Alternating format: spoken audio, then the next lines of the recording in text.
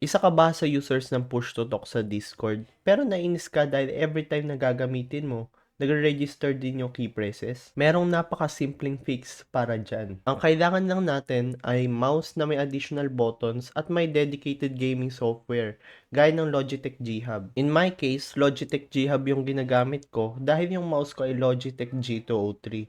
Meron nga pala tayong review niyan, link below. Pero magiging almost similar lang din naman yung setup sa iba. Ang gagawin, iselect yung button sa gustong gamitin para sa push to talk. Then, sa keys tab, hanapin yung function buttons. Yung kagaya ng F1 to F12, pero hindi yun yung gagamitin natin. Ang gagamitin natin ay yung keys F13 to F24. Ngayon, baka nagtataka kayo. Wala namang F13 to F24 sa keyboard. Paano nangyari yon? Meron kasi tayong specialized keyboard na merong hanggang F24. Pero yung mga keyboard na ito ay hindi gaano nakikita, pero na-recognize pa rin yung keys nila.